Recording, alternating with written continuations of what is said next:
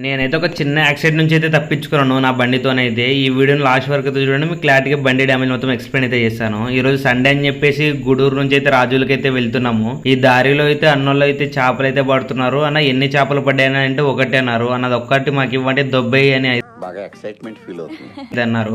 రాజుల నుంచి ఎర్రకోటకు వెళ్లే రూట్లో అయితే రెండు రూట్లు అయితే వస్తాయి. రైట్ సైడ్ అయితే డ్యామ్ దగ్గరికి వెళ్తుంది, లెఫ్ట్ సైడ్ అయితే చేపల ఫ్రై దగ్గరికి అయితే వెళ్తుంది. మేమైతే ఇప్పుడే పట్టిన చేపలు అయితే తీసుకున్నాము. చాలా పాపం రా. ఈ చేపలు అయితే మన కళ్ళెదురు అయితే పట్టారనమాట. ఇంకా ఈ చేపలు అయితే బతికే ఉన్నాయి. ఈ చేపలు బాగా టేస్ట్ ఉంటాయి. ఈ చేపల పేరు వచ్చేసి మేమైతే కాకిరెక్కలు అయితే అంటాము. మీ సైడ్ ఏమంటారు కామెంట్ అయితే చేయండి. అన్న అయితే చాలా ఫాస్ట్ గా అయితే కటింగ్ అయితే చేసేసాడు. అలాగే తమ్ముడు కూడా చాలా నీట్ గా అయితే చేసేస్తున్నాడు అనమాట.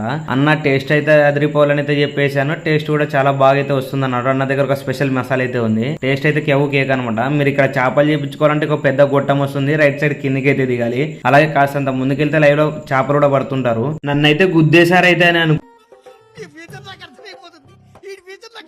అనుకున్నాను. ఎందుకంటే అంత పెద్ద డేంజర్ నుంచి తప్పించుకున్నాను. కానీ నాకైతే దెబ్బలు అయితే లేదు. బండికి అయితే ఫుల్ డ్యామేజ్ అయితే అయింది. 2 మ్యాగ్ వీల్ అయితే బెండ్ అయిపోయాయి అనమాట, బ్యాక్ సైడ్ ముందర సైడ్. అలాగే వైజర్ కూడా కట్ అయిపోయింది. సీట్ ప్యానల్ కూడా పోయింది. అలాగే బ్రేక్ ఆయిల్ డబ్బా కూడా విరిగిపోయింది. ఇప్పటికి నా బైక్ వచ్చేసి 70,000 రీడింగ్ అయితే తిరిగింది. ఈ బైక్ పైన ఒక చిన్న రైడ్ అయితే ప్లాన్ అయితే చేసాము. ఆ వీడియోలు చూడంటే మన ఐడిని ఫాలో చేసుకుని యూట్యూబ్ ఛానల్ సబ్స్క్రైబ్ అయితే చేయండి.